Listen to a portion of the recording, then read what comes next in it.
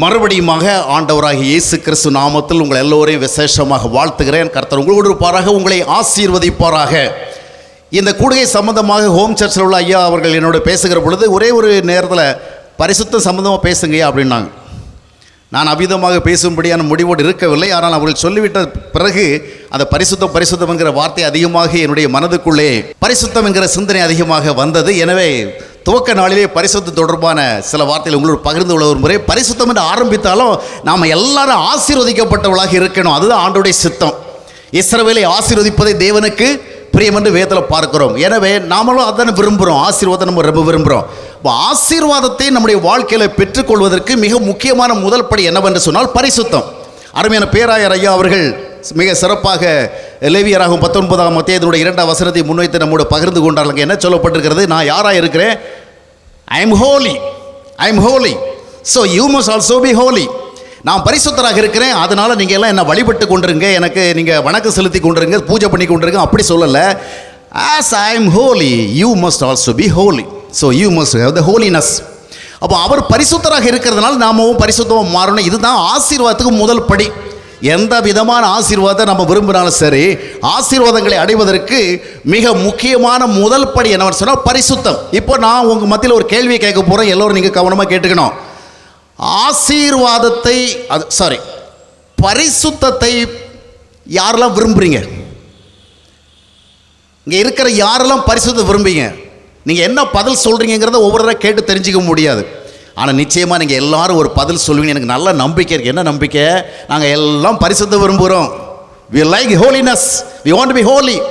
அப்போ நீங்கள் எல்லாரும் பரிசுத்தத்தை விரும்புகிறீங்க, அப்படி தானே? நீங்கள் பார்க்குற பார்வையை பார்த்தாலே தெரியுது. விரும்புறதுலாம் குறைவு நம்ம வைக்க மாட்டோம். சரி, பரிசுத்தத்தை நீங்கள் எல்லாம் விரும்புகிறீங்க. அடுத்த கேள்வி என்ன சொன்னால், பரிசுத்தம் நல்லதா கெட்டதா?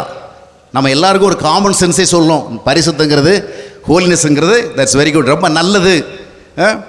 பரிசுத்தம் நல்லது, பரிசுத்தம் தேவையானது, பரிசுத்தம் பிரயோஜனமானது அப்படிங்கிறது மாதிரிப்பட்ட ஆன்சர்லாம் நீங்கள் நிச்சயமாக கொடுப்பீங்க.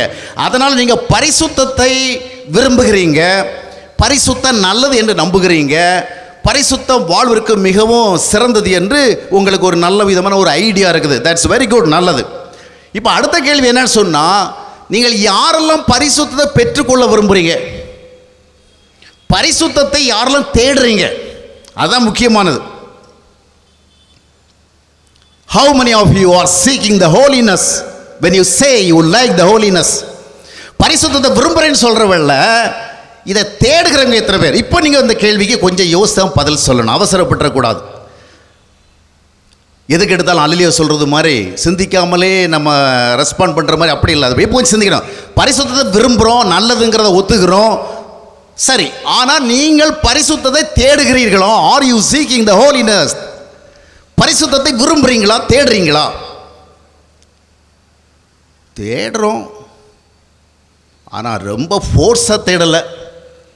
வாழ்க்கையில் நிறைய காரியங்களை தேடுறோம். பொதுவாக காமன் வேர்ல்டில் நம்ம என்ன பார்க்குறோன்னு சொன்னால், ஜெனரல் பப்ளிக் எல்லாருமே நிறைய விஷயங்களை தேடுறோம். சாப்பாட்டை தேடுறோம், நல்ல ட்ரெஸ்ஸை தேடுறோம், நல்ல வீட்டை தேடுறோம், நல்ல கல்வியை தேடுறோம், நல்ல வசதியை தேடுறோம், நல்ல அந்தஸ்தை தேடுறோம், நல்ல என்ஜாய்மெண்ட்ஸை தேடுறோம், நல்ல என்டர்டெயின்மெண்ட்ஸை தேடுறோம். so many things in our life we are seeking in general. எல்லாம் தேடுறோம். ஆனால் பரிசுத்தத்தை தேடுகிறோமா? சாப்பிட்றது நல்லது, எக்ஸசைஸ் பண்ணுறது நல்லது, படிக்கிறது நல்லது, வேலை செய்கிறது நல்லது, தொழில் செய்கிறது நல்லது, இன்னும் சமுதாய சம்மந்தமான நிறைய காரியங்களை நம்மளை இன்வால்வ் பண்ணுறது நல்லது. அதே போல் பரிசுத்தமாக நல்லதுன்னு சொல்கிறோம். ஆனால் சாப்பாட்டை தேடுறோம், கல்வியை தேடுறோம், அறிவை தேடுறோம், ஞானத்தை தேடுறோம், எல்லாவற்றையும் தேடுறோமே, பரிசுத்தத்தை தேடுறோமா? பரிசுத்தத்தை அடைகிறதுக்கு ஒரு எக்ஸ்ட்ரா ஸ்டெப் எடுக்கிறோமா? இல்லை, நான் பரிசுத்தத்தை விரும்புகிறேன், ஐ லைக் ஹோலினஸ். ஆனால் என்னென்னா கொஞ்சம் சிரமமாக இருக்குது, மற்ற காரியெல்லாம் கொஞ்சம் ஈஸியாக இருக்குது. சாப்பிட்றது, ட்ரெஸ் பண்ணுறது, இன்னும் ஒரு அந்தஸ்து அதிகாரத்தை தேடுறது, இதெல்லாம் ரொம்ப ஈஸியாக இருக்குது. ஆனால் ஹோலினஸ் ரொம்ப டஃப்பாக இருக்குது.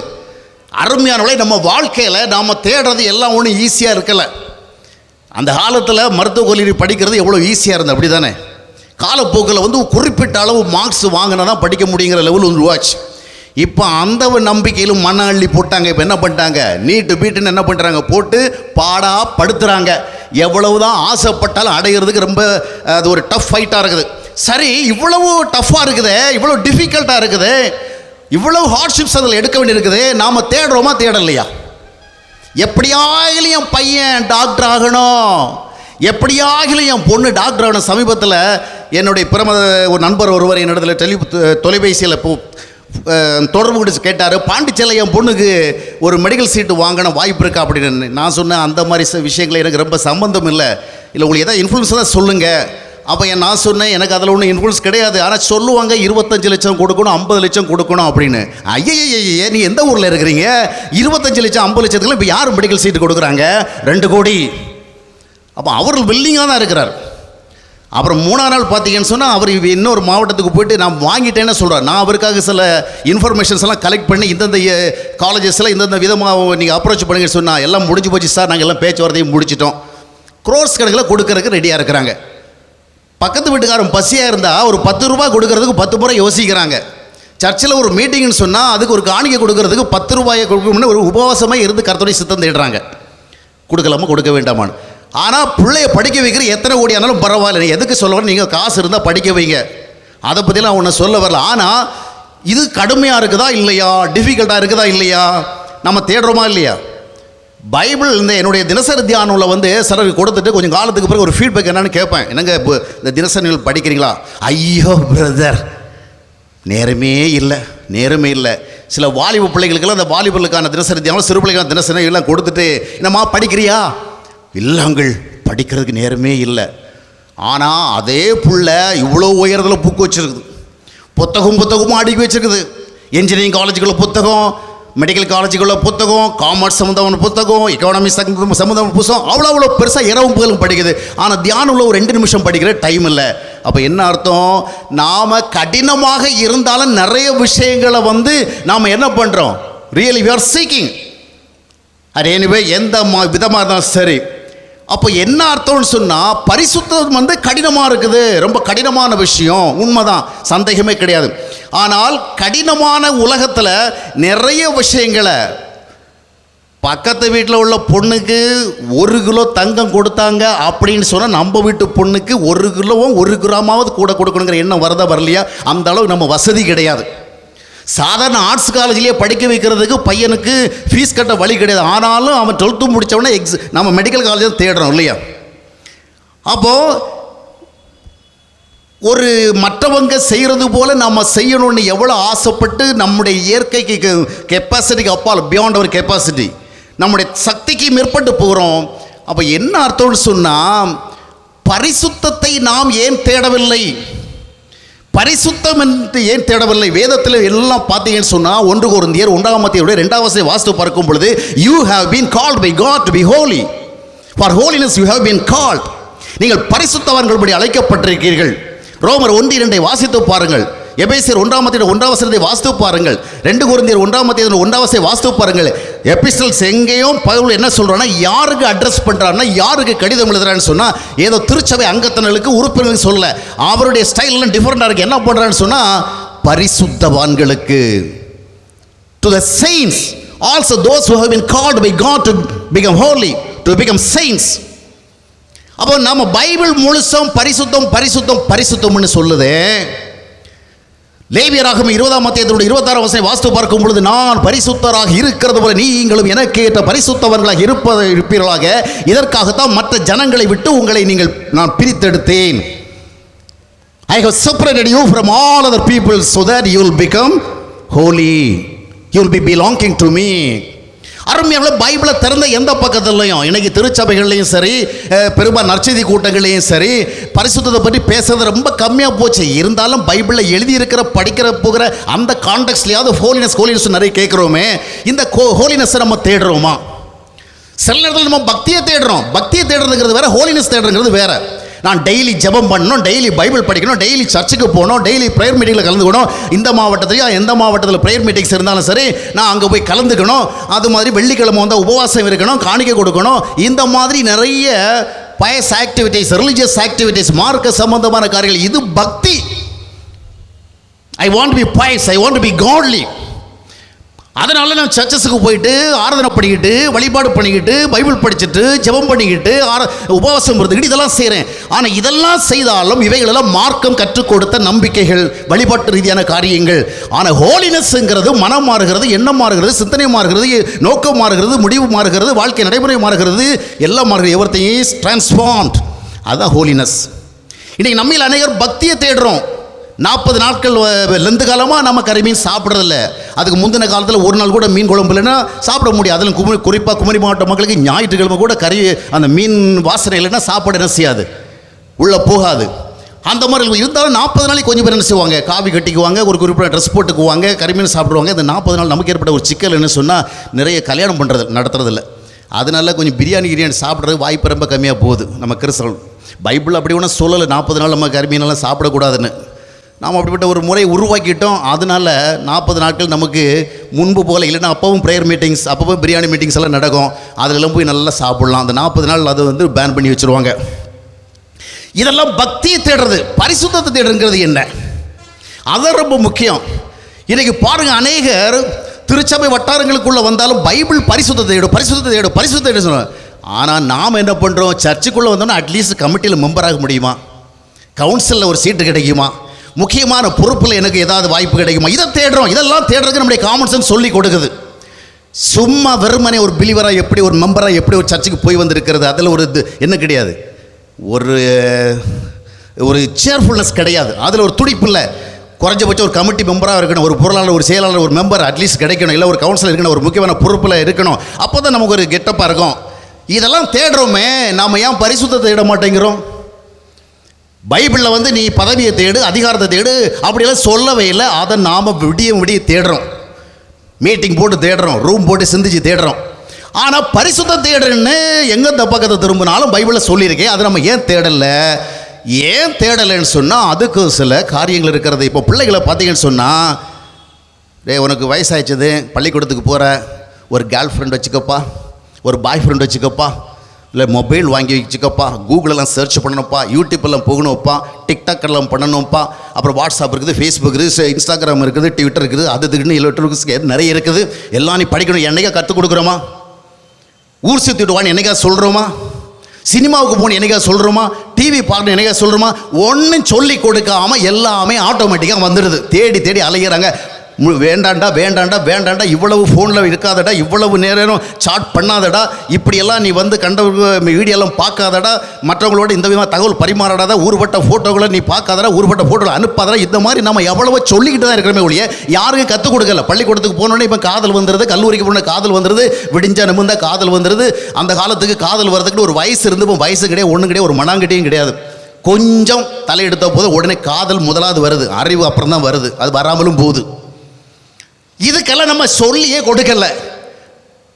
ஆனால் நம்ம என்ன பண்ணோம், அதை எப்படியா வந்து நம்ம கொஞ்சம் ஸ்டாப் பண்ணுற வழி இருக்கான்னு பார்க்குறோம், கொஞ்சம் மினிமைஸ் பண்ணுற சான்ஸ் இருக்கான்னு பார்க்குறோம். அப்போ இவைகளெல்லாம் நேச்சுரலாக வருகிறது. ஆனால் பரிசுத்தம் ஏன் வரல? பைபிளில் திறந்தால் எங்கே பார்த்தாலும் பரிசுத்தமாங்கள் 2 Corinthians 7:1 வாஸ்து பார்க்கும் பொழுது, நீங்கள் பரிசுத்தமாகுதலை பூரணமாக்குங்கள். அதை அறகுறையாக வச்சுட்டு இருக்காதுங்க. that must be completed, that must be in perfection. அதை பூர்ணமாக சொல்லப்படுது.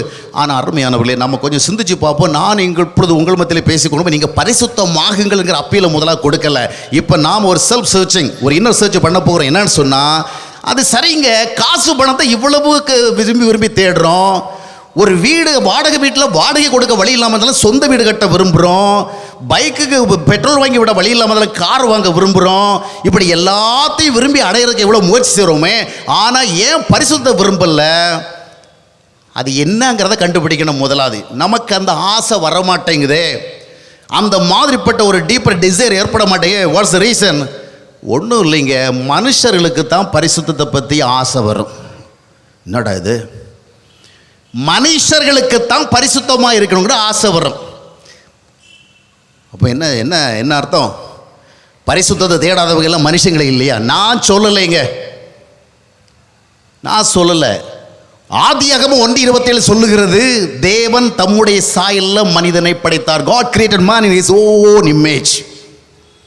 இவன் தாங்க மனுஷன், தேவனுடைய சாயலை உடையவன், தேவனுடைய சுபாவரியத்தை உடையவன், அவன் தான் மனுஷன்.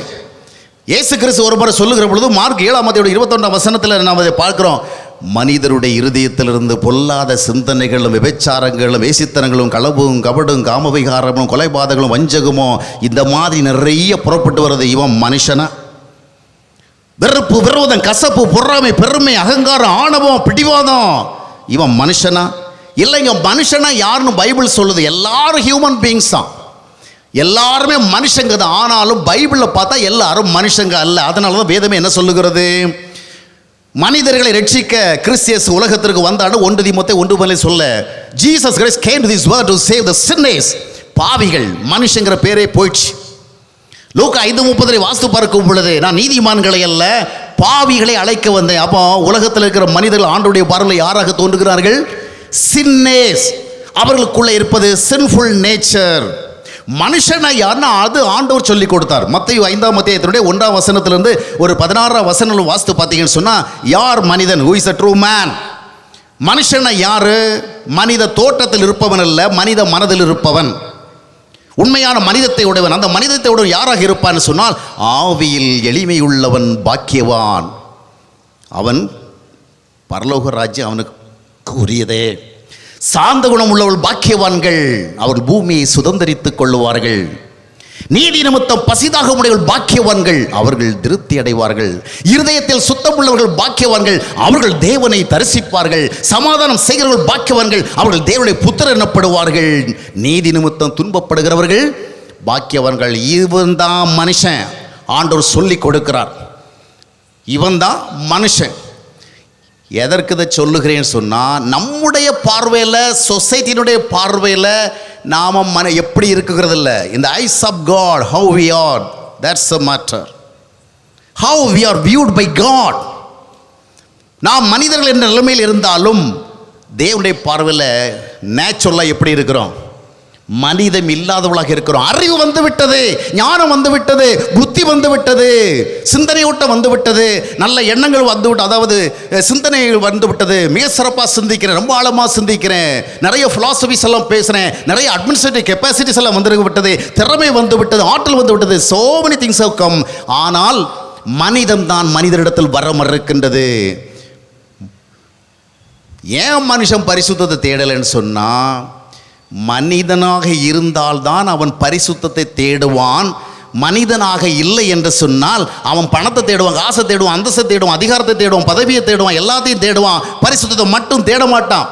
ஒரு ஒழுக்கமுள்ள ஒரு வாழ்க்கை, ஒரு உண்மையுள்ள ஒரு வாழ்க்கை, ஒரு நேர்மையுள்ள ஒரு வாழ்க்கை, ஒரு சரியான ஒரு வாழ்க்கை, ஒரு பயனுள்ள ஒரு வாழ்க்கை, இந்த வாழ்க்கையை அவன் தேட மாட்டான். அப்படி தேடினாலும் அறகுறையாக தான் இருக்கும். அதில் ஒரு பெர்ஃபெக்ஷனை பார்க்க முடியாது, ஒரு கம்ப்ளீட்னஸை பார்க்க முடியாது. அப்போ ஏன் தேடலைன்னா, முதலாவது நாம் கண்டுபிடிக்க வேணும்னு சொன்னால், எனக்கு எல்லா விஷயத்துலையும் ஒரு ஆசை வருது. இந்த வாரம் சர்ச்சுக்கு வந்த வேலை புதுசாக ஒரு புடவை கட்டிட்டு வந்தால், அடுத்த வாரம் சர்ச்சுக்கு வரவில்லை நான் அதை மாதிரி புடவை கட்டணும்னு ஆசை வருதா இல்லையா? இந்த வாரம் சர்ச்சில் வர்ற வேலை ஒரு புதுசாக ஒரு ஹேர் ஸ்டைல் வந்தால், இந்த ஹேர் ஸ்டைல் எப்படி வந்துன்னு உடனே தேடி வச்சு அடுத்த வாரம் அந்த ஹேர் ஸ்டைல் வர்றோம். அப்படி தானே? இந்த மாதிரி எல்லாத்தையும் நம்ம ரொம்ப ஃபாஸ்ட்டாக இமிட்டேட் பண்ணுறோம்.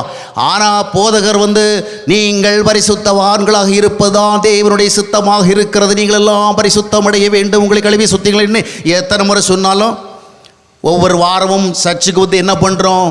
பாவ அறிக்கை செஞ்சோம். எதுக்கு செஞ்சால்? பாவம் விட்டணும். நாமவே காலம் முழுதும் சாகிறது வரையிலும் தப்பிப்போன ஆடுகளைப் போல உமை விட்டு விலகி நாங்கள் அலைந்தோம், எங்களுக்கு இளைப்பாறுதல்லைங்கிறத கன்ஃபஸ் பண்ண வரும். டாக்டர்கிட்ட சொல்லிகிட்டே போனேன், டாக்டர் வியாதியாளனாகவே வந்திருக்கிறேன். அவரும் மருந்து கொடுத்து அனுப்புகிறாரு. அவன் சாகிறது வரைக்கும் வியாதியாளனாக வந்திருக்கிறேன் அப்படி சொல்லி முடிக்கிறோம். அப்போ என்னென்னா, வர வேண்டியது வரல. ஏன் வரல? நம்ம ஷார்ட்டாக முடிக்கணும். இந்த பறவைகளில் பார்த்திங்கன்னா, புறா இருக்குது, பீஜன், டவ் அப்படிலாம் இருக்குது. அப்புறம் பார்த்திங்கன்னா காகம் இருக்குது. இந்த காகம் முதலாவது என்ன தேடும் சொல்லுங்கள்? அதனுடைய ஃபர்ஸ்ட் ப்ரிஃபரன்ஸ் என்ன தேடும்? அது நல்ல நவதானியத்தை எல்லாம் ஃபர்ஸ்ட் ப்ரிஃபரன்ஸாக வச்சு தேடாது.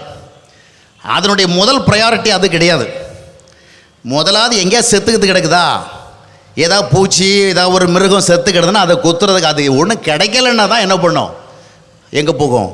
வேறு வழி இல்லாமல் தானியத்தை சாப்பிட போகும். ஆனால் ஒரு புறா இருக்கிறது பார்த்தீங்கன்னா அந்த புறா என்ன பண்ணுவோன்னு சொன்னால் தரமான தானியத்தை தேடி தான் போகும், பல வகைகள் தான் தேடி போகும். ஏன் காகம் வந்து செத்ததை நோக்கி ஓடுது, செத்தது மேலே அவ்வளோ விருப்பம், ஆனால் அந்த டோவுக்கு அந்த மாதிரி விருப்பம் இல்லை. இப்போ நல்ல ஒரு புல்வெளி, ஆடுகளை நல்ல விருப்பத்தோடு மேயும். அங்கே ஒரு 5 புலியை கொண்டு விட்டு, புலியே மேய், நல்லா மேய், அருமையான க்ரீன் பாஸ்டியூர்ஸ், நல்ல புல்வெளி, நல்லா மேய்ஞ்சிக்கோன்னு சொன்னால் நம்ம என்ன தெரிஞ்சு வச்சுருக்கிறோம், புலி பசித்தாலும் புல்லை தின்னாது. இன்னும் நமக்கு நிறைய உதாரணம் இருக்குது, சண்டை செல்ல ஞாபகம் வருகிற சின்னங்களெல்லாம் இருக்கிறது. இப்போ பார்த்தீங்கன்னா இந்த ஆடு வந்து புல்வெளிகளை தான் மேயும். எங்கே பசுமையான புல்வெளி, எங்கே கொஞ்சம் கடிக்கிறது புல் கிடைக்கணும் அலையும். பன்றி எதுக்கு அலையும்? பன்றி எப்போவுமே எங்கடா சாக்கடை இருக்குது, எங்கே அழுக்கு ஸ்டாக் ஆகி கிடக்குது, எங்கே அது அக்கமுலேட் ஆகி இருக்குது, அதை தேடி தான் போகும். ஒரு நல்ல சாக்கடையை கண்டுபிடிச்சின்னு சொன்னால் நமக்கு நல்ல நேரம் போல் இருக்குது, சூப்பர் சாக்கடையை கண்டுபிடிச்சிட்டோம் அப்படின்னு சொல்லிட்டு அங்கேயே நின்றுட்டு இருக்கோம். ஆனால் ஆடு அந்த பக்கத்தில் வந்தாலே அடித்து போட்டு என்ன செய்யும், ஓடும். இப்போ ஆடு புல்லை தேடுது, பன்றி தேட மாட்டேங்குது. புறா வந்து நல்ல பழங்களை தேடுகிறது, காகம் தேட மாட்டேங்குது. காரணம் என்ன? இன்ஸ்டிங்க்ட், உள்ளுணர்வு, ஒரு இன்ட்யூஷன் இருக்குது பார்த்தீங்களா, அதுதான். நல்லா புரிஞ்சிக்கணும், நம்ம நிலைமையை முதலாக புரிஞ்சிக்கணும். டாக்டர்கிட்ட போய் மருந்து வாங்குறதுக்கு முன்னாடி முதலாக நம்முடைய ஃபிசிக்கல் கண்டிஷனுங்கிறத நம்ம புரிஞ்சிக்கணும். அதை விட்டு நம்ம வேறு நடவடிக்கைகள் எடுத்தோம்னு சொன்னால் நல்ல பலன் கிடைக்கும். முதலாவது நாம் ஏன் பரிசுத்தத்தை தேடலைன்னு சொன்னால் அதே காரணம் என்னவென்று சொன்னால், பரிசுத்தத்தை தேடும்படியான ஒரு உணர்வு நமக்கு இல்லை. வேதத்தில் பார்க்கல, தேவனை தேடுகிற உணர்வுள்ளோன் என்பதை பார்ப்பதற்காக தேவன் பரலோகத்தை நோக்கி பார்த்தா ஒரு பயலையும் காணலன்றார். எல்லாம் கோயில்கள்லாம் போகிறானுங்க, வழிபடலாம் பண்ணுறானுங்க, பாட்டெல்லாம் பாடுறாங்க, ஆறுதலாம் பண்ணுறாங்க. ஆனால் என்ன தேடுறவன் இருக்கிறான்னு பார்த்தா ஒரு தினம் இல்லை. எனவே ஆமோஸ் மூலமாக தேவன் சொன்னார் 5ஆம் அதிகாரம் 6 கர்த்தரை தேடுங்கள். வெறும் ஜெப கூட்டத்தை தேடி ஓடுறதில்ல, எங்கே உபவாச கூட்டம், எங்கே ஊழியக்காரன் வந்திருக்கிறாரு, எங்கே அற்புதம் நடக்குது, அப்படி ஓடுறதில்ல. ஆண்டவர் சொன்னார் seek me then you will live. இன்னைக்கு மக்கள் இருக்கும் இடத்தை விட்டு இல்லாத இடம் தேடி எங்கெங்கோ அலைகிறார். ஞானத்தங்குமே இவர்கள் ஏதும் அறியாரடி ஞானத்தன்மை, எங்கோ ஏதோ ஒரு காலத்தில் வந்த சினிமா பாட்டில் வந்த பாட்டல் மாதிரி மக்கள் அந்த ஜப கூட்டத்துக்கு போகலாமா, இந்த ஜப கூட்டத்துக்கு போகலாமா, போஸ்ட் அடித்து விடுறாங்க. உங்கள் அற்புதத்தின் நாள். நாகர்கோயிலில் போஸ்டர் அடிக்கணும் வரவில்ல, இந்த நாகர்கோயிலில் தான் அந்த போஸ்டருடைய மகிமையெல்லாம் அதிகம் பார்க்க முடியும். ஒரு போஸ்டர் ஒட்டி அது காயறதுக்கு முன்னாடி அடுத்த போஸ்டர் கூட என்ன செய்வாங்க, ஒட்டிக்குவாங்க. உங்கள் அற்புதத்தின் நாள். ஒவ்வொரு மாதத்துலேயும் வருவாங்க வெளியூர்லேருந்தெல்லாம்.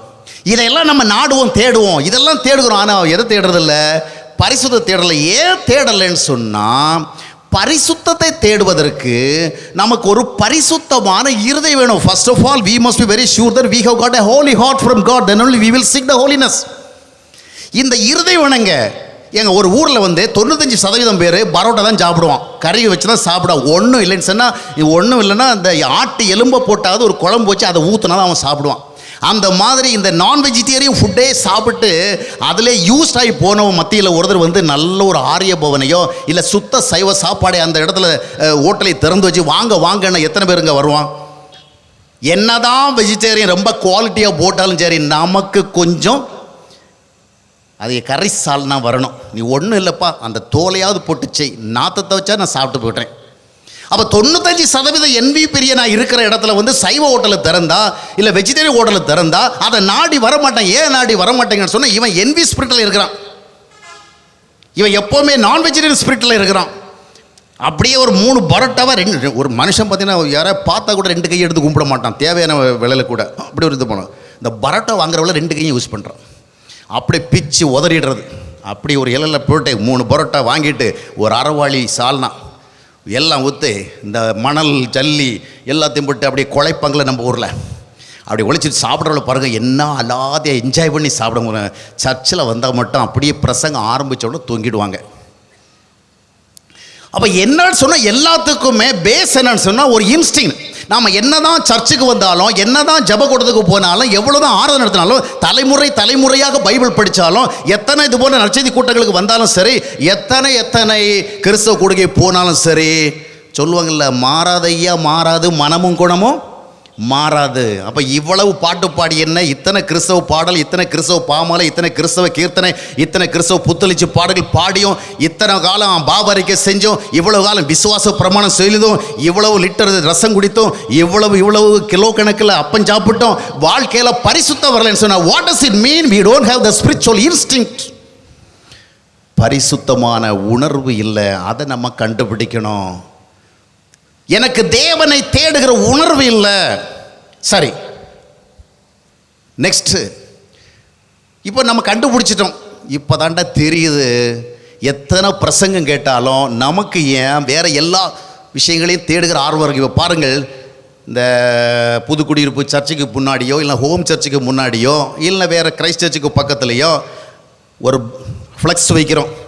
வாருங்கள், அற்புதங்களை காண வாருங்கள், ஆண்டவரின் அதிசயத்தை காண வாருங்கள், வியாதியிலிருந்து விடுதலை பெற வாருங்கள், பிசாசின் கட்டிலிருந்து விடுதலை வாருங்கள், உங்கள் தொழில் செழிக்க வேண்டுமா வாருங்கள், வேலை கிடைக்க வேண்டுமா வாருங்கள், உங்கள் பிள்ளைகளுக்கு திருமணமாக வேண்டுமா வாருங்கள் அப்படின்னு ஒரு போஸ்டர், ஒரு ஃப்ளெக்ஸ் பண்ணி வச்சுருக்கோம். அதுக்கு பக்கத்திலேயே இப்படியெல்லாம் ஃப்ளெக்ஸ் பண்ணி வைக்கிறவில்லை. இப்படி ஃப்ளெக்ஸ் பண்ணி வைக்கிறதுக்கு நமக்கு பைபிளில் பேஸே கிடையாது. ஏன்னா எந்த அப்போஸ்தலனும் எந்த ஊழியக்காரனும் அற்புதம் பண்ண காண வாருங்க, அதிசயம் காண வாருங்க, உங்களுக்கு அற்புத நாளில் அழைச்சதே கிடையாது. நம்பாளுகள் தான் அழைச்சிட்டு இருக்கிறாங்க. அப்போ வேத அடிப்படையே சாராமல் அழைப்பு ஒன்று ஃப்ளெக்ஸில் இருக்குது. இப்போ கிறிஸ்தவ உலகத்தில் ஒட்டுமொத்தமாக இதான் நடந்துக்கிட்டு இருக்குது. அற்புதம் காண வாருங்கள், அற்புதம் காண வாருங்கள், அற்புதம் காண வாருங்கள், வியாதியிலிருந்து சுகமுடைய வாருங்கள், பிசாசு தொலைந்து விடுதலை வாருங்கள். இதுக்கெல்லாம் நம்ம ஓடி வந்துடும். ஏன்னா அதில் நமக்கு தேவை இருக்குது. ஏன்னா பிசாசில் மாட்டிக்கிட்டு இருக்கிறோம். நமக்கு ஏதோ ஒரு அற்புதம் நடந்தாலன்றி வாழ்க்கையில் முன்னால் பிறகு வழி இல்லாமல் தேடுதலாக இருக்குது. ஆனால் பரிசுத்தத்துக்கு மட்டும் முக்கியத்துவம் கொடுக்க மாட்டோம். இப்போ ஒரு ஃப்ளெக்ஸ் என்ன ஓட்டி அங்கே செட் பண்ணப்பட்டிருக்கிறது? அற்புதங்களை காண வாருங்கள், குடும்பம் குடும்பமாக ஆசீர்வதிக்கப்பட வேண்டுமா இன்றைக்கே வாருங்கள் அப்படின்னு போட்டால் அது ஒரு ஃப்ளெக்ஸ். பக்கத்திலேயே பைபிள் சொல்கிறது மாதிரி ஆண்டவர் சொன்னால, நான் பரிசுத்தராக இருக்கிறோம், நீங்களும் பரிசுத்தவான்களாக இருங்க அப்படி சொன்னார். அது அடிப்படையில் பரிசுத்தம் அடைவதற்காக வாருங்கள், பரிசுத்தம் அடைவத கூட்டத்துக்கு வாருங்க. அந்த ரெண்டு ஃப்ளெக்ஸையும் பார்க்குற ஒரு காமன் கிறிஸ்டின் எந்த கூட்டத்துக்கு போவான்னு நீங்கள் நினைக்கிறீங்க? ஒரு நீங்கள் தான் எந்த கூட்டத்துக்கு போவீங்க?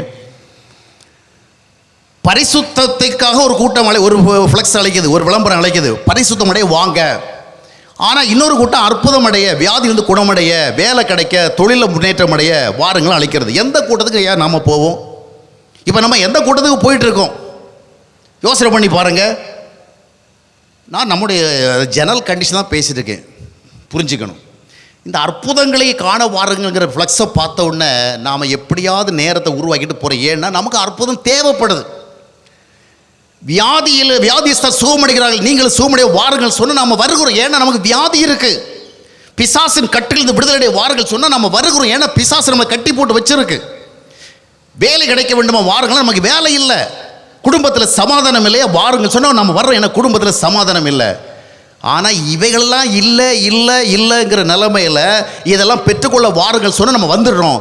ஆனால் பரிசுத்தமடைய வாருங்கள்னா வரமாட்டேங்கிறோம். ஏன்?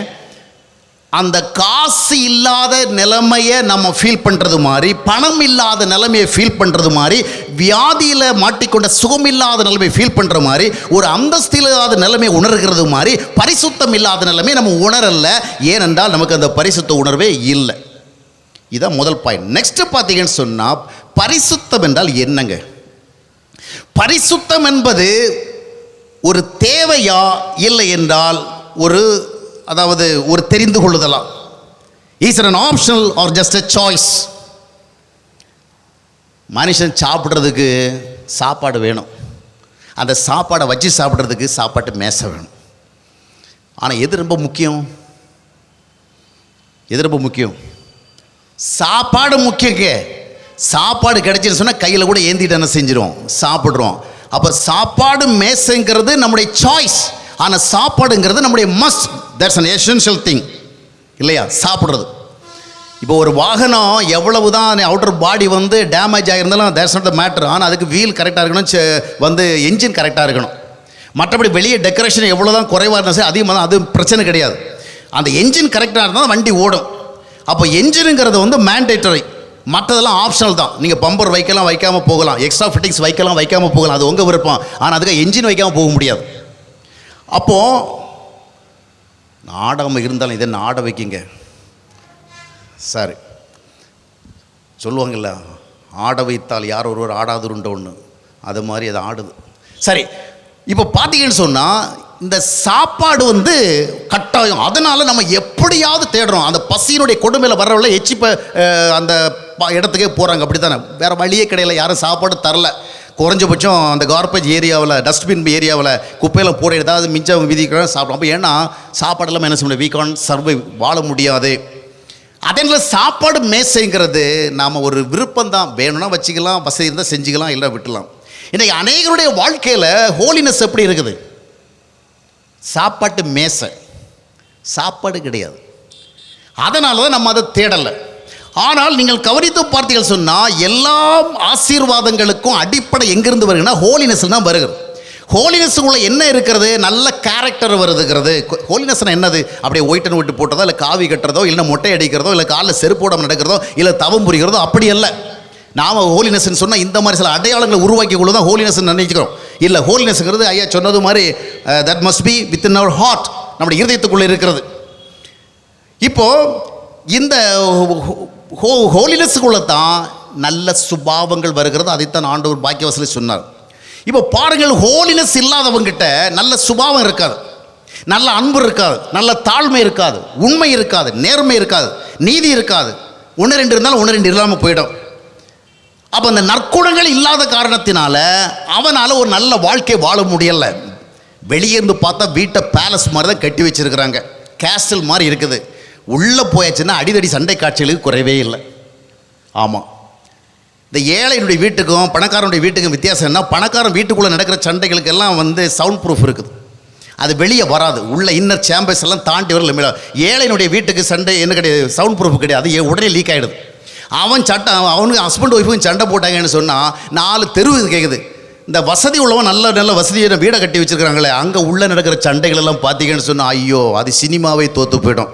இதையெல்லாம் பார்த்து அவனே சினிமா கதை உருவாக்குறது மாதிரி. பாருங்கள், அழகான வீட்டை கட்டுறோம், நம்ம போகிறது வரதெல்லாம் ஆடி, BMW, ரோல்ஸ் ராய்ஸ், அந்த மாதிரி தான். ரொம்ப லக்ஸுரி. மனசுக்கு தான் லக்ஸுரி கிடையாது. ஹார்ட் கம்ஃபர்டபுளாக இல்லை.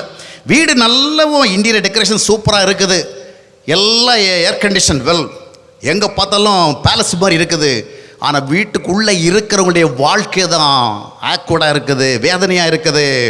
வீட்டை பார்த்து கணவன் என்ஜாய் பண்ணுறான், மனைவியை பார்த்தா முகத்தை திருப்பிக்கிறான். அப்படியே வாங்கி வச்சுக்க ஜுவல்ஸ் எல்லாம் பார்த்தா மனைவிக்கு ரொம்ப சந்தோஷமாக இருக்குது. அவங்க அம்மா அப்பா கொடுத்ததுல பார்த்து ரொம்ப சந்தோஷப்படுறாங்க. இந்த ஆளை பார்த்தவன இவன் மூஞ்சியில் முழிக்க வேண்டிய இருக்குது. கணவன் வீட்டுக்குள்ளே இருக்கிறோம். இதெல்லாம் ஏழைகளுடைய வீட்டில் மட்டும் இல்லை, பணக்கார வீட்டில் நடக்கிறது. What is missing, what is lacking, என்ன குறையுது? கேரக்டர், பிஹேவியர், ஆட்டிடியூட்ஸ், குவாலிட்டிஸ், குணாதிசயங்கள், மனநிலைகள்.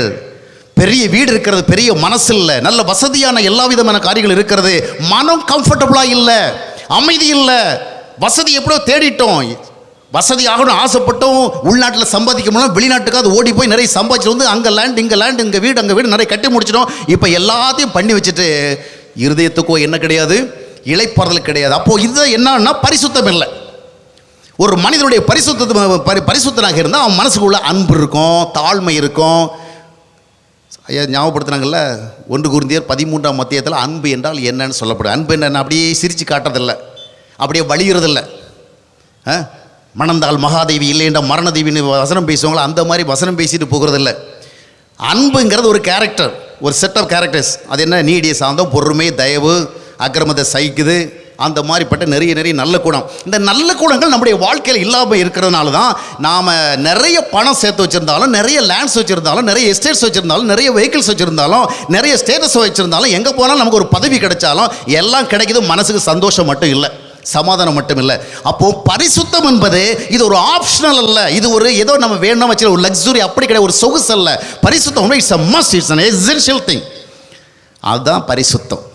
அப்போ இவ்வளவு முக்கியமான இருக்க ஒன்றை நாம் ஏன் தேடாமல் இருக்கிறோம்? அடுத்தது கேள்வி, ஏன் தேடாமல் இருக்கிறோம்னா நமக்குள் அந்த உள் உணர்வு இல்லை, அந்த ஸ்பிரிச்சுவல் இன்ஸ்டிங்க்ட் இல்லை. மார்க்க சம்பந்தமான நிறைய காரியங்கள் இருக்கிறது, ஆனாலும் என்ன இல்லை, உள்ளுணர்வு இல்லை. சரி, இப்போ நம்ம அடுத்த ஸ்டெப்புக்கு போவோம். சரி, பரிசுத்த தேடல, பரிசுத்தம் என்றால் என்ன, அது தேவையா இல்லை வெறும் தேர்வா அப்படின்னு பார்த்தோம். இல்லைங்க, அது அவசியம் ஒவ்வொரு மனுஷனுக்கும் தேவை. எந்த மதம் அந்த மதம் அப்படியெல்லாம் கிடையாது.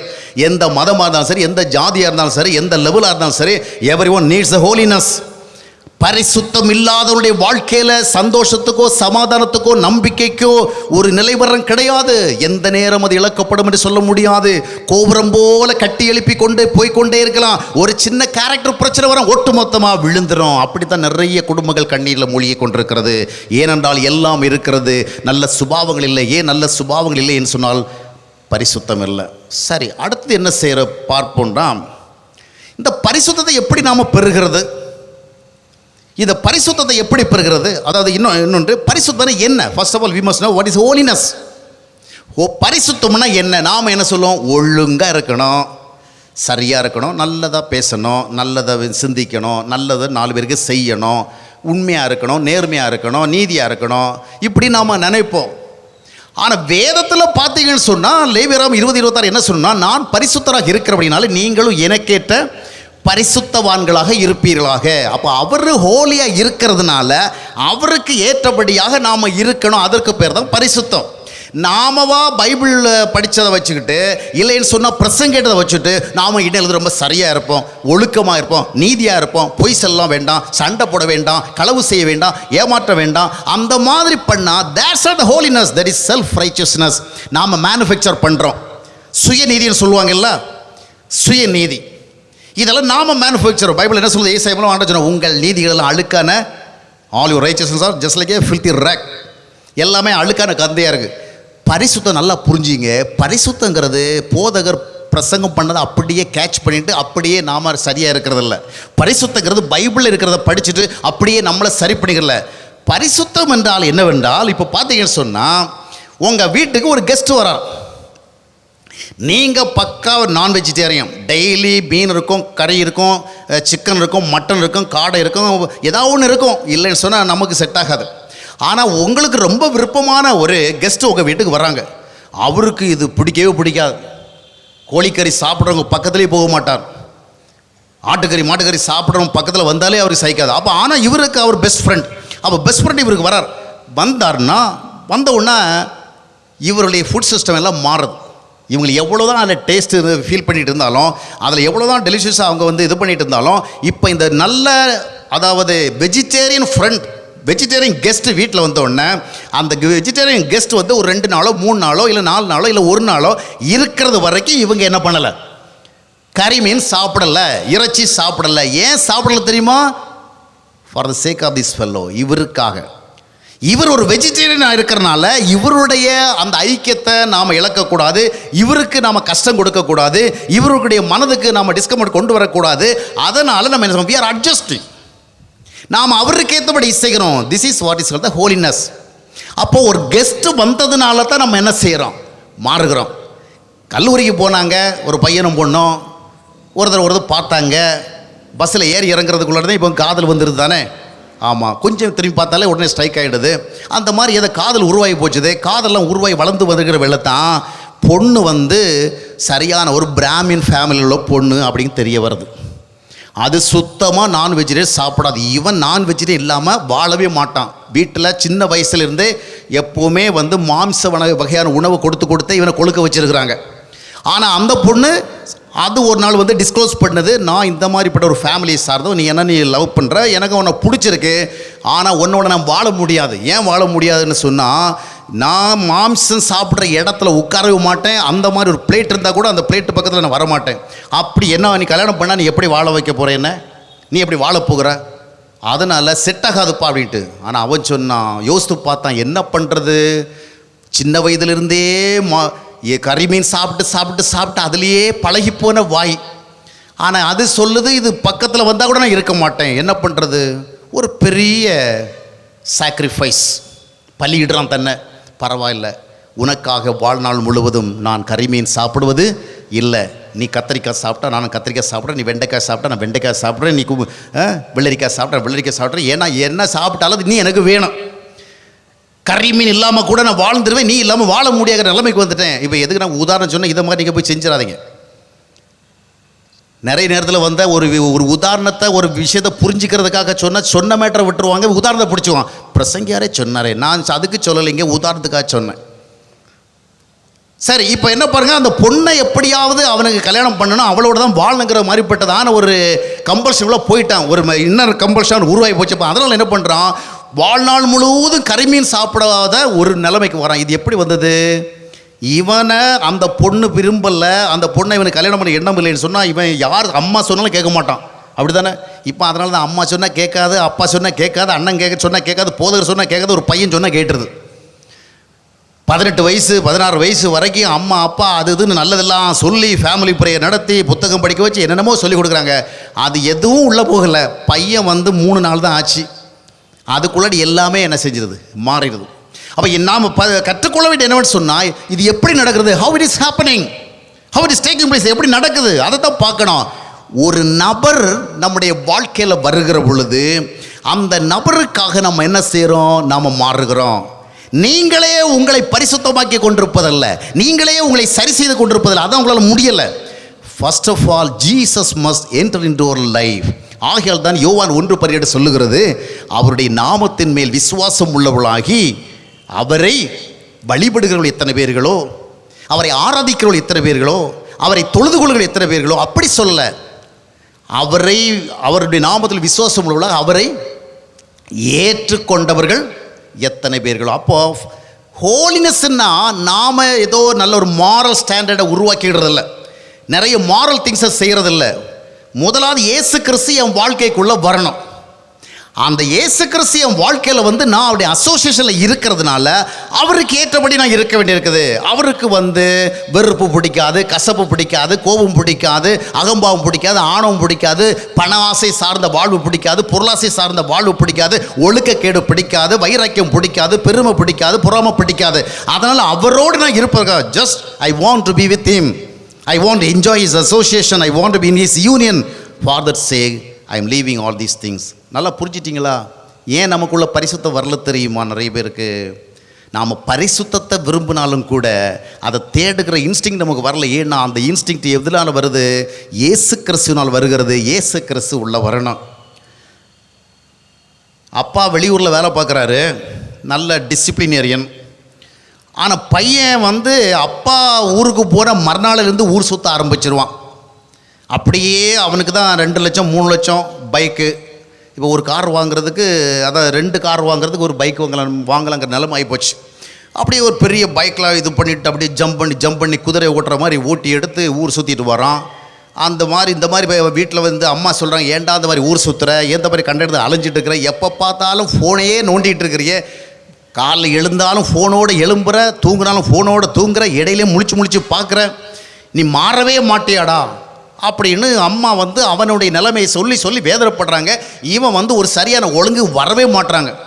அப்பா ஃபோன் அடிக்கிறா, டேய் ஒழுங்காக காலைல எழும்புறியா, படிக்கிறியா, வீட்டுக்கு ஒழுங்காக சரியான நேரத்துக்கு வர்றியா, ஸ்கூலுக்கு காலேஜுக்கு போய்ட்டு சரியாக வீட்டுக்கு வர்றியா, எல்லா காலம் அம்மா சொல்கிற கேட்குறான்.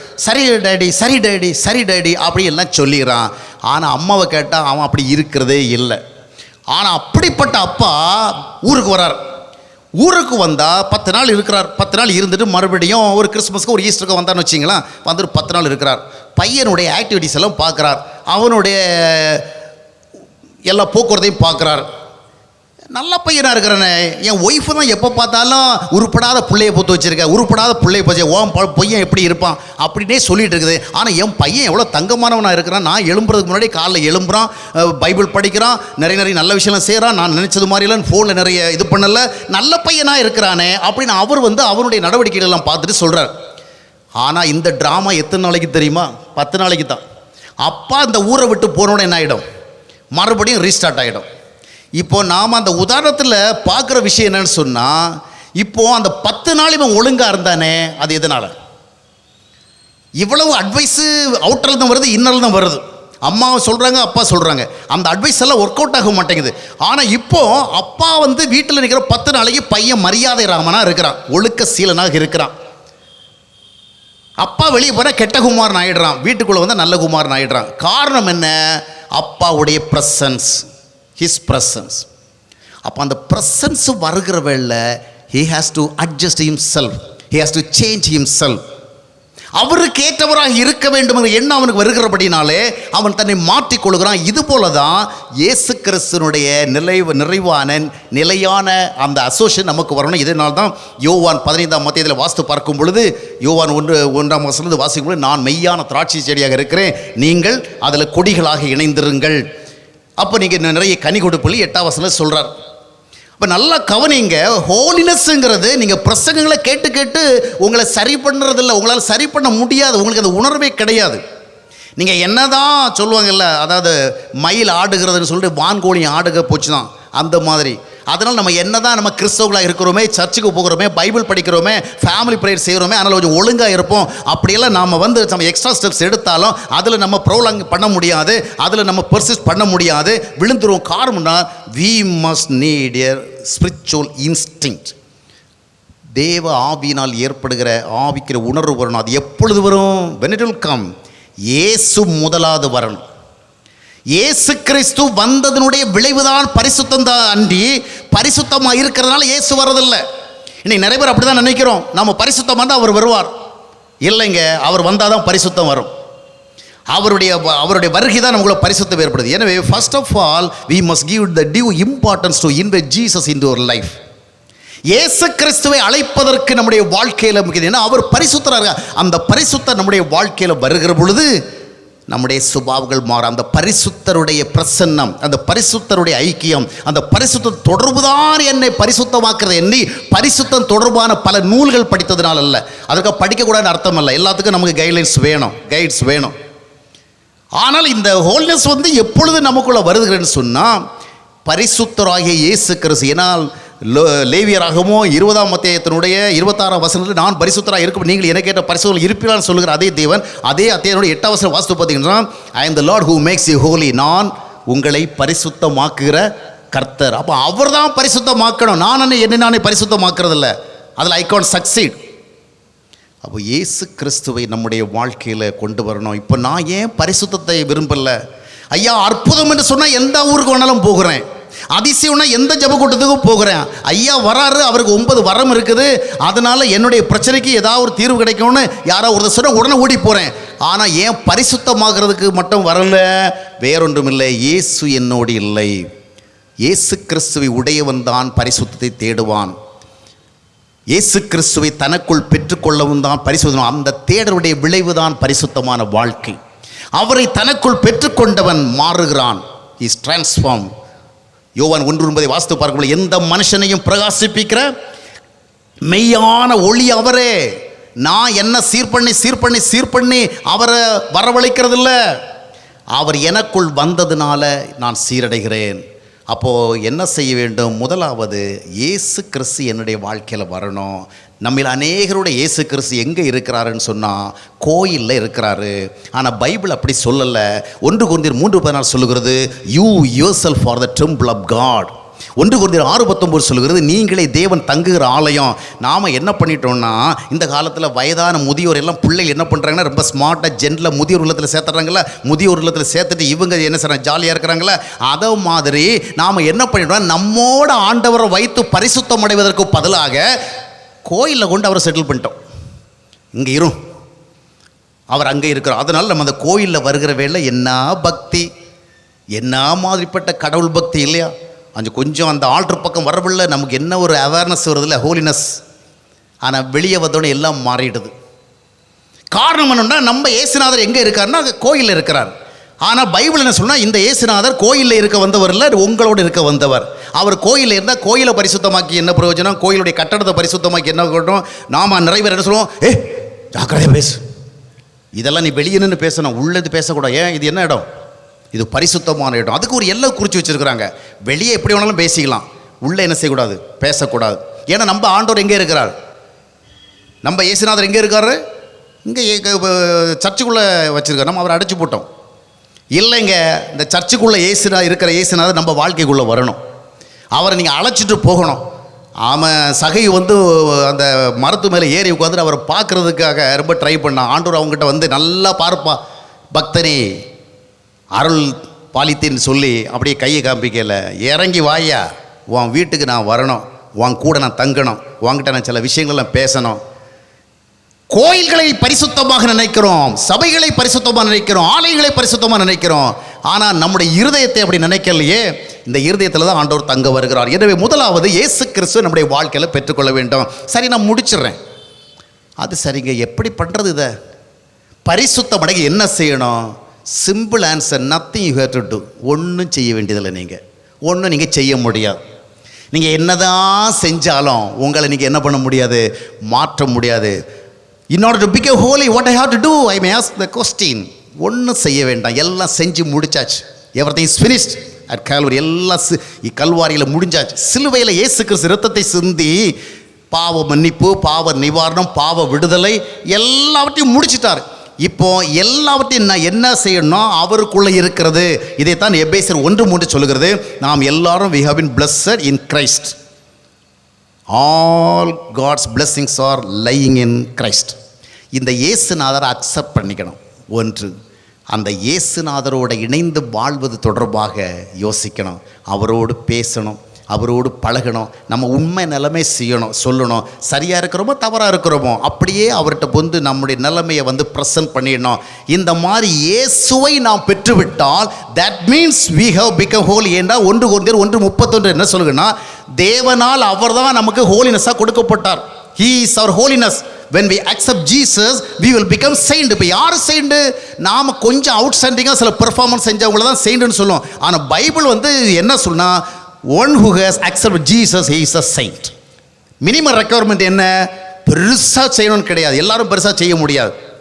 ஆனால் ஒரு பேசிக் ரெக்குவயர்மெண்ட் இருக்குது. என்னன்னு சொன்னால், just we must accept Jesus. We must be able to say that we are with Christ. அதுதான் ஹோலினஸ். இயேசுவை எனக்குள்ளே பெற்றுக்கொள்ளுகிறேன். என்னிடத்தில் வந்தவர் பரிசுத்தமானவர்.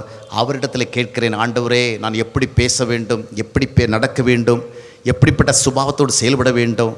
இவ்விதமாக அவரிடத்தில் பேசி பழகி, ஒரு தவறு செய்தாலும் அவரிடத்தில் அறிக்கையிட்டு, ஒரு குறை இருந்தாலும் அவரிடத்தில் சொல்லி, ஒரு முடியாத காரியத்துக்காக என்னால் முடியலை ஆண்டவரே, நீர் பொறுமையாக இருக்க சொல்கிறீ, எனக்கு கொஞ்சம் கஷ்டமாக இருக்குது, நீர் வந்து தாழ்ந்து போக சொல்லுகிறீ, எனக்கு கஷ்டமாக இருக்குது, விட்டு கொடுக்க சொல்லுறது எனக்கு கஷ்டமாக இருக்குது, நீர் வந்து அதை விரும்பாத இதை விரும்பாத சொல்கிறீ, எனக்கு அதில் தான் ரொம்ப விருப்பம் வருது. இந்த மாதிரி நம்முடைய லைஃப் ரியாலிட்டிஸ் எல்லாத்தையும் ஆண்டவர்கிட்ட நம்ம சொல்லி வாழுகிற பொழுது நம்ம என்ன கிராஜுவலாக we will become more holy.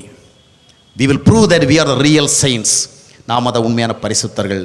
ஆம் அருமையானவர்களே, ஏன் நாம் பரிசுத்தத்தை தேடவில்லை? பரிசுத்தத்தை தேடுவது என்பது நம்முடைய கையில் இல்லை. நமக்கு அந்த இன்ஸ்டிங்க்ட், அந்த உணர்வு இல்லை. ஏன் அந்த உணர்வு இல்லை என்று சொன்னால், அந்த உணர்வை கொடுக்கிற இயேசுவை நம்முடைய வாழ்க்கையிலே நாம் பெறவில்லை. அவரை நாம் ஆராதிக்கிறவர்களாக இருக்கலாம், அவருக்கு காணிக்கை கொடுக்கிறவர்களாக இருக்கலாம், அவருக்கு ஊழியம் செய்கிறவர்களாக இருக்கலாம். ஆனால் அவர் நம்முடைய வாழ்வில் இல்லை. We don't enjoy God's fellowship. We don't have the relationship of God. அதனால் இயேசு கிறிஸ்துவை நம்முடைய வாழ்க்கையில் ஏற்றுக்கொள்ள வேண்டும். அதனுடைய விளைவு தான் பரிசுத்தம். அந்த பரிசுத்தத்தினுடைய விளைவு தான் ஆசீர்வாதம். என்று நான் இடைவிடாமல் ஜெபிக்கிறேன், விழுந்து விழுந்து ஜெபிக்கிறேன், போராடி ஜெபிக்கிறேன், சாப்பிடாமல் ஜெபிக்கிறேன். இவைகளினால் யாரும் ஆசீர்வதிக்கப்படுவதில்லை. இதெல்லாம் ஆசீர்வாதத்திற்கு தேவை. ஆனால் மெயின் லைன் என்னது? முதலாவது நான் இயேசுகிட்ட வந்துட்டேன், அவரோட இருக்கிறேன். அந்த அனுபவத்துக்கு வாருங்கள், பரிசுத்தம் அடையுங்கள். பரிசுத்தத்திற்குள் தான் எல்லா ஆசீர்வாதம் இருக்கிறது. நீங்கள் தேடுகிற நிம்மதி, நீங்கள் தேடுகிற நம்பிக்கை, நீங்கள் தேடுகிற சௌரியம், நீங்கள் தேடுகிற திருப்தி, நீங்கள் தேடுகிற நிறைவு, நீங்கள் தேடுகிற எல்லா விதமான சந்தோஷங்கள், everything is in holiness. அந்த holiness ஆண்டவருக்குள் இருக்கிறது. அவரை பெற்றுக்கொள்ளுங்கள். you will become holy, you will become saint. உங்கள் வாழ்வை ஆசீர்வதிக்கப்படும், உங்கள் சந்ததி ஆசீர்வதிக்கப்படும், உங்களால் மற்றவர்கள் வாழ்வார்கள். ஆபிரகாமை ஆண்டவர் பேசுகிற பொழுது, I will bless you, நான் உன்னை ஆசீர்வதிப்பேன். What will happen? You will become a blessing to many. நீ நிறைய பேருக்கு ஆசீர்வாதம் மாறுவாய். அது உங்கள் வாழ்வில் நிகழும். ஆண்டவர் உங்களை ஆசீர்வதிக்க அழைக்கின்றார். அந்த ஆசீர்வாதத்தினுடைய முதல் படி பரிசுத்தமாகுதல். அந்த பரிசுத்தத்தை நாம் பெற்றுக்கொள்கிற வழி இயேசுவே வழி. இயேசுவே எனக்குள் வாரும், என்னை பரிசுத்தவன் கேட்போம், ஆசீர்வதிக்கப்படுவோம், வாழ்வோம், ஆண்டவருடைய நாமத்தை மகிமைப்படுத்துவோம், நம்முடைய வாழ்க்கை அர்த்தமுள்ளதாக மாறும். அப்படிப்பட்ட ஒரு வாழ்க்கையை உங்கள் ஒவ்வொருவருக்கும் ஆண்டவர் தருவாராக. கண்களை மூடி நாம் செபிக்கிறோம். ஒரு நிமிடம் நாம் யாவரும் எழுந்து நின்று ஆண்டவருடைய சமூகத்தில் 1-2 நிமிடங்கள் மட்டும் நாம் நம்மை ஆராய்ந்து பார்ப்போம். நாம் எப்படி பரிசுத்தவான்களாக மாறுவதென்று சிந்திப்பதை விட, ஏன் பரிசுத்தத்தை தேடுகின்ற ஒரு வாஞ்சை எனக்கு இல்லை. நான் எவ்வளவோ ஆராதனை பண்ணுறேன், பைபிள் படிக்கிறேன், எவ்வளவோ நிறைய காரியங்கள் செய்கிறேன். ஆனாலும் ஒரு தேஸ்ட் எனக்குள்ளே வரலையே. ஏன்? அந்த உணர்வு எனக்கு இல்லை. ஏன் அந்த உணர்வு எனக்கு இல்லை? எத்தனை பிரசங்கள் கேட்டால் அந்த உணர்வு ஏன் வரவில்லை? எவ்வளவு முயற்சி செய்தாலும் அந்த பரிசுத்தம் என்னுடைய வாழ்விலே வந்து நிறைவேறவில்லை. அந்த உணர்வை உருவாக்குகிற கர்த்தர் என்னுடைய வாழ்க்கையில் இருக்கிறார்கிற நிச்சயம் இல்லை. அந்த நிச்சயம் இல்லாவிட்டால் இன்றைக்கு நம் ஆண்டவரை தேட அழைக்கப்படுகிறோம். நமக்கு முதலாவது தேவை பரிசுத்தம் அல்ல, நம்மை பரிசுத்தமாக்குகின்ற கர்த்தர். நமக்கு முதலாவது தேவை நம்மை நாமே வருத்தி பரிசுத்தத்தில் முயற்சி பண்ணுவதல்ல, நம்மை பரிசுத்தமாக்குற ஆண்டுடைய ஐக்கியம் தான் தேவை. அவரை நாம் அழைப்போமா? அவருடைய அவசியம் இல்லையா? பணத்தை எவ்வளவு ஆர்வமாக தேடுகிறோம், நிலபுலங்களை எவ்வளோ ஆர்வமாக தேடுகிறோம், அந்தஸ்தை எவ்வளோ ஆர்வமாக தேடுகிறோம், அறிவை எவ்வளோ ஆர்வமாக தேடுகிறோம், கல்வியை எவ்வளோ ஆர்வமாக தேடுகிறோம், பதவிகளை எவ்வளோ ஆர்வமாக தேடுகிறோம். நாம் பரிசுத்தம் தேடவில்லையே. கல்வியோ ஆஸ்தியோ அந்தஸ்தோ அறிவோ ஞானமோ நமக்கு அவசியம் என்றால் அவைகளை நம்மை வாழ வைத்து விடாதல்லவா? நல்ல ஒரு இருதயம் இல்லை என்றால் இவை எல்லாம் இருந்தாலும் நமக்கு உதவி செய்ய முடியாதவைகளாக மாறிவிடுமே. அந்த பரிசுத்தத்தை நாம் தேடுவோம். அது ஏன் வரவில்லை? அந்த உணர்வு இல்லை. அந்த உணர்வுக்காக ஜெபிப்போமா? ஆண்டவரே, நான் பரிசுத்தத்தை தேடுகிற உணர்வை தாரும். அதன் மூலமாக நான் சந்தோஷத்தை பெற்றுக்கொள்வேன், சமாதானத்தை பெற்றுக்கொள்வேன், நம்பிக்கையை பெற்றுக்கொள்வேன், திருப்தியை பெற்றுக்கொள்வேன், நிறைவை பெற்றுக்கொள்வேன். அதை எனக்கு உதவி செய்யும் என்று ஆண்டவர்கிட்ட கேட்போம். ஆண்டவர், என்னுடைய இருதயத்துக்குள்ள வாரும். நான் என்னை சரி செய்து வைத்து உண்மை அழைப்பதல்ல, என்னை சரி செய்வதற்காக நான் உண்மை அழைக்கிறேன். நான் பரிசுத்தமாகி உண்மை அழைப்பதல்ல, என்னை பரிசுத்தமாக்குவதற்காக உண்மை அழைக்கிறேன். வாரும் ஆண்டவரே, என் இருதயத்தில் என்னை பரிசுத்தமாக்கும் ஆண்டவரே. என் வாழ்க்கையில் எவ்வளோ காரியங்கள் இருக்கிறது, ஆனால் எனக்கு தேவையானது இருதயத்தில் இல்லையே. இவ்வளோ பெரிய வீட்டில் இருக்கிறேன், துக்கத்தோடு அல்லவா தூங்க செல்லுகிறேன். இவ்வளோ வசதிகளோடு இருக்கிறேன், எப்பொழுதும் மன அழுத்தத்தோடு இருக்கிறேனே, பாரத்தோடு இருக்கிறேனே, என் நிலைமை மாறவில்லையே. ஆண்டுடைய சமூகத்தில் பேசுவோமா? ஆண்டவரை வாரும் என்று சொல்லுவோமா? நாம் ஏழைகளாக இருந்தாலும் சரி, வசதியானவர்களாக இருந்தாலும் சரி, படிக்காதவர்களாக இருந்தாலும் சரி, படித்தவர்களாக சரி, நம் எல்லோருக்கும் பரிசுத்தம் தேவை. என்ற அந்த பரிசுத்தத்துக்குள் தான் உண்மையான ஆசீர்வாதம் இருக்கிறது. அந்த ஆசீர்வாதத்தை நமக்கு தருகிறவர் தான் ஆண்டவர். அவரை நாம் ஆராதித்து கொண்டிருக்கலாம், வழிபட்டு கொண்டிருக்கலாம், வணங்கி கொண்டிருக்கலாம். அதுவல்ல, அவரோடு நாம் இணைந்து வாழ வேண்டும். அந்த வாழ்க்கைக்கு நம்மை ஒப்பு கொடுத்து ஆண்டவரை தேடுவோமா? ஆண்டவர் நமக்குள் வருவார், நம்மை ஆசீர்வதிப்பார். பாரோம் தந்தையே, எந்த உள்ளத்தை யாரும் காண உள்ளலங்கோலத்தை. பாரோம் தந்தையே, எந்த உள்ளத்தை யாரும் காண உள்ளலங்கோலத்தை. மனநொந்து மருளுகிறே, பரிசுத்தம் கெஞ்சுகிறே. மனநொந்து மருளுகிறே, பரிசுத்தம் கெஞ்சுகிறே. பரிசுத்த கூட்டம் நடுவில் ஜோதி தேட சுத்த ஜோதியே.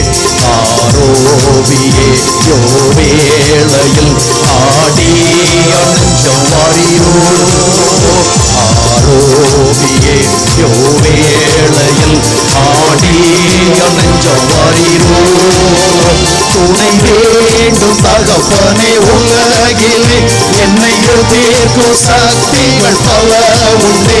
துணை வேண்டும் தகப்பனே உலகிலே, என்னை எதிர்க்கும் சக்திகள் பல உண்டே.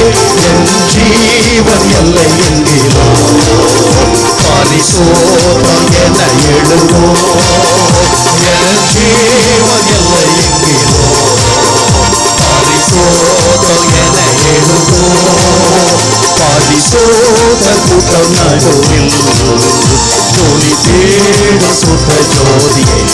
ஆரோபியே யோவேளையில் ஆடிய நெஞ்சம் வாரிரோ. ஆரோபியே யோவேளையில் ஆடிய நெஞ்சம் வாரிரோ. எங்களை நேசிக்கிற அன்பின் ஆண்டவரை நன்றியோடு துதிக்கிறோம், ஸ்தோத்திரிக்கிறோம். அனைத்து ஆசீர்வாதங்களுக்கும் முதல் படியாக இருப்பது பரிசுத்தம் தான் என்பதை நாங்கள் அறிந்து கொள்ள உதவி செய்தோம்.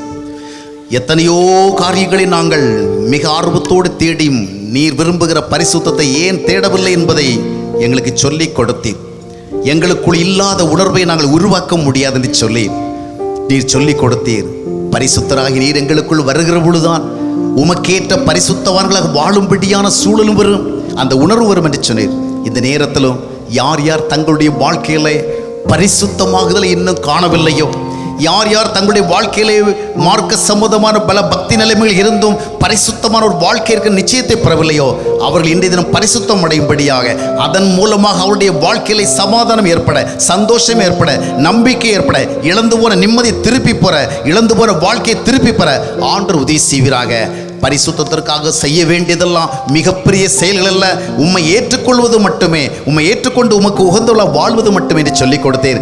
ஒவ்வொரு இருதயத்துக்குள் நீர் வாரும் ஆண்டவரே, ஒவ்வொரு இருதயத்தையும் ஆட்கொள்ளும் ஆண்டவரே. ஒரு சகையனுடைய வீட்டுக்குள் வந்து அவனுடைய வாழ்க்கையில் ஒரு பெரிய மாற்றத்தை ஏற்படுத்துறது போல இந்த வார்த்தைகளை கேட்கிற ஒவ்வொருடைய இருதயத்திலும் தேவரீர் வந்து அவருடைய வாழ்க்கையில மாற்றத்தை ஏற்படுத்தும். அந்த பரிசுத்தமாகுதலின் மூலமாக தங்கள் வாழ்க்கையிலே தடைபட்டிருக்கின்றதான எல்லா நன்மைகளையும் ஆசீர்வாதங்களையும் பெற்றுக்கொள்ள ஒவ்வொருவருக்கும் உதவி செய்யும். உம்மை உண்மையாக தேடுகிற உணர்வை எல்லோருக்கும் கொடும். பரிசுத்தத்தின் மூலம் ஆசீர்வதிக்கப்படுகிற வழியை கண்டுகொள்ள கண்களை திறந்தருளும். வழி நடத்தும் ஒவ்வொருவருக்கும் சமாதானத்தை, சந்தோஷத்தையும், தைரியத்தையும், நம்பிக்கையும், வாழ்விற்கு தேவையான எல்லா நன்மைகளையும் கொடுத்து ஆசீர்வதியும் ஆசீர்வதியும் ஆசீர்வதியும். உம்முடைய பாதத்தில் எல்லாவற்றையும் தாழ்த்தி ஒப்பு கொடுக்கிறோம். ஆண்டவராய் இயேசு கிறிஸ்து நாமத்தில் ஜெபிக்கிறோம் எங்கள் பிதாவே, ஆமென். அன்பானவர்களே, ஜீவ நீரோடை யூடியூப் சேனலை சப்ஸ்கிரைப் செய்திடுங்கள். சப்ஸ்கிரைப் பட்டனை கிளிக் செய்து பெல் சின்னத்தையும் கிளிக் செய்து தினமும் புத்தம் புதிய தேவ செய்திகளை உடனுக்குடன் பெற்றிடுங்கள்.